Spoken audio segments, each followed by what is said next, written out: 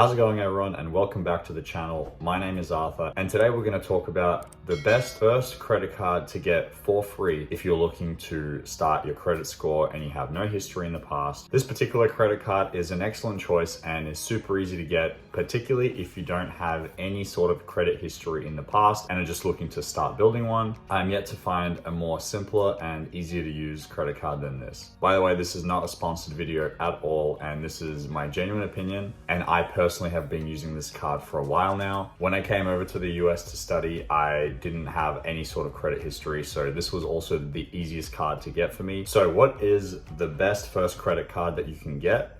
Drum roll, please. That's right, it is the Discover credit card. The card that I've been using for a while now, and in fact, the very first credit card that I got in the US was the Discover credit card. Discover has a bunch of different credit cards that are worthwhile for you to consider. They have a lot of really good offers for you if you are a student or just starting out to build your credit score. So on their website, they have a bunch of credit cards here. If you're on this page, there are about 6. I would recommend that if you are a student and looking to build your credit history, I would really consider getting the student cashback card. Or if you are not a student but just looking to start building your credit history, I would consider getting the Discover secured credit card. Both of these credit cards have no annual fees and pretty decent cashback rewards. I'll drop a link in the description for these cards. If you guys sign up using the link, you will get $50 worth of credit if you sign up using that link and make a purchase within the first 3 months. So that's a nice little bonus. The sign up process is super simple. Yeah, click the link below and get your free $50. So I'll go over the 2 cards that I suggested in a bit more depth, being the student cashback card and the Discover secured credit card. But before we do that, I want to go through the overall history of credit cards because I think that's super interesting to understand. And then also, more importantly, how a FICO score is calculated. So once you guys are on your way to building up your credit score, you will know sort of the best practices in order to do that. And I'll also highlight a couple of risks that you might want to avoid or just keep in mind as you're using your credit card. So credit cards really are just a source of free money. I'm just kidding. So credit cards really started from individual stores that allowed loyal customers to purchase some items on credit just based off the fact that those customers were loyal. So it sort of was like a loyalty program. Then came this Diners Club period where Diners Club introduced credit cards that people could use a little bit more universally, but the idea was still for them to use it at restaurants and basically charge the card and pay the bill later. And it wasn't until banks caught on to this, and then I believe Bank of America issued their Bank Americard. That was the sort of general purpose credit card, which is essentially now what most people have, which is our Visa. And of course, when Bank of America did this, most other banks started doing it too. And that's why you have a whole range of different credit cards right now. So what's in it for the banks? Number 1 is revenue generation. So banks earn on your credit card usage through interest charges. So that would be, for example, if you're having to pay interest on a large line of credit you've received. Again, if you're just starting out, our goal is not to do this, but there are situations where people use a large line of credit and then end up having to pay it off over time, which results in interest payments to the bank. There are annual fees. Again, we're not paying these with the Discover card, but many cards do charge annual fees. And this one is something that a lot of people miss, which is sort of like interchange fees. And these are fees that merchants pay the bank when you use the card to purchase something at their store. Now, in addition to this pure revenue generation, there are a lot of network effects that happen that banks benefit from when they have a lot of consumers using their credit cards. For example, it assists in building customer loyalty. It makes it easier for banks to cross-sell other products to those consumers because they are now some sort of customer of the bank, and probably overall branding and marketing. All of the largest banks have credit cards, and that's probably how you have heard of them, is because your parents own that credit card. So credit cards on their own are also just a powerful branding and marketing tool for these banks. So as a new credit card user, I think it's sort of important to have this background to understand what's going on in the background of you just using this magical little card that has free cash on it. Now, just at a high level, I will say, when you make a purchase with your new credit card, what really happens is the bank basically makes that purchase on your behalf, and then that's the money that then you owe to the bank. So they act as like this middleman that has a bunch of cash on hand, but they actually are the ones that interact with the merchant, and then you end up paying back the bank later on. Now, here's where I want to talk about 2 really important acronyms that I think no one really ever talks about, and and that is APR and APY. APR stands for annual percentage rate, and that is the interest rate that you will be charged if you don't pay your monthly balance off in full. The annual percentage rate on credit cards is usually quite high. It can range anywhere from like 17 to even 28, 30%. So you need to be really careful with it. So the math behind APR actually ignores compounding. So for example, we were talking about Discover having a rate of like 17%. So let's say your APR is 17%. That actually doesn't mean that if you borrow $1,000 at the end of the year, you owe $1,000 plus the interest, and the interest will be $170, right? That's not how that works. It will actually be more. And the reason for that is because the APR needs to be divided by 365 because this interest actually compounds daily over the course of the year. So let's do this math really quick because I just think it's super important to understand. So if we have a loan of $1,000 and our APR is 17%, you would think that the annual interest that we pay is going to be $1,000 times that 17%, which gives us $170 for the year. All right, but that's actually not true because this annual percentage rate ignores the fact that it's going to be compounded probably on a daily basis. So in order to calculate this, let me make this red. So that's not exactly right. What really happens is there is a daily rate for this 17%.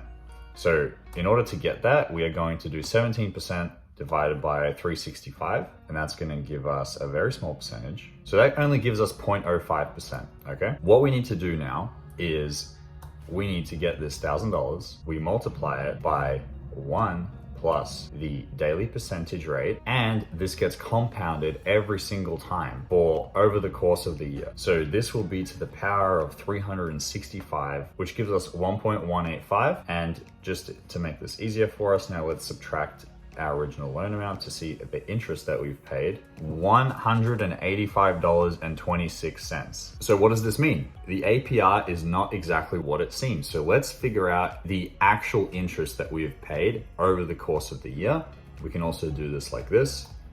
We can do 1 plus 1.05 to the power of 365. Let's do -1. So we're paying, in fact, 18.5%, 19% if we round it up. That is actually, in fact, what we're paying, not the alleged 17%. We're paying 2% more over the course of the year. So to me, what is so mind-blowing is that when you apply for some sort of credit card, they will usually cite the APR, which is less than what you're actually going to pay. And then on the other hand, if you're looking for a high yield savings account, they will quote something called an APY, which is the annual percentage yield. And for that, they will in fact quote the compounded rate, what we just calculated here, which will be higher, right? It's just so funny to me. So just a warning to be aware of this kind of language when you're learning more about personal finance. So now let's talk about your FICO score and how it's calculated. So there are 5 key things that you can control in order to keep your FICO score high, and if it's low, continue to build that up. So your FICO score is made up of payment history, which is about 35%, the amount you owe, which is about 30%, length of your credit history, which is around 15%, new credit opened, which is 10%, and types of credit you have, which is also another 10%. Now, what these numbers really mean used to annoy me so much. So Discover has a really good way of breaking it down into something that you can really control. So this is what it really means. So number 1 is payment history. Now, this is pretty self-explanatory. Basically, don't miss any payments. So set up automatic payments or create some notifications that will allow you to make these payments off in full every single month. Now, in order to calculate the amount you owe, what credit card companies actually do is that they look at something called revolving utilization. And in my opinion, this is really important to understand, so listen up. This is particularly important because if this is one of your first cards, your credit limit is probably not going to be very high.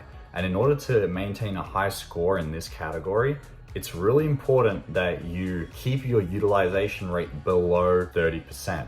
So that means if you have a credit line of $1,000, you want to keep your total revolving balances below $300.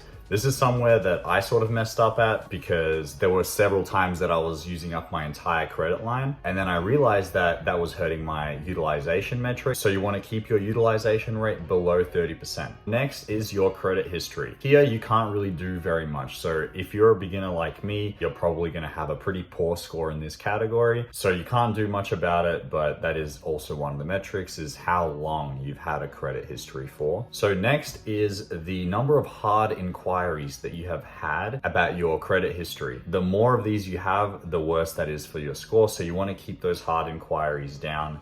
You don't want too many in a short period of time. These can come from applying to other credit cards, applying to loans. It can even come from a landlord checking your credit history. So this is something to be aware of. And finally, it's the total number of accounts that you have open. Here, it's not necessarily the more the better. In fact, just opening a bunch of credit cards and not using them is not going to help you. Basically, creditors want to know that you can handle a mix of different types of credit. So for example, I have 2 revolving credit accounts, and that's sort of enough to give me a very good score in this category. Amazing. So that's how your FICO score is calculated. If you had to remember one of these, I would say remember the revolving utilization, because that is something that can creep up on you, especially when you have a low credit limit. Remember, keep that balance due down to about 30% of your entire credit line. Okay, so now let's take a quick look at the student cashback card and the Discover secured credit card and see what sort of rewards these guys have. Once again, both of these have no annual fee, and the link is right in the description to get $50 worth of credit if you make a purchase within the first 3 months of opening this account. All right, so let's click on the student card. So this one has some pretty nice benefits. We have 5% cashback.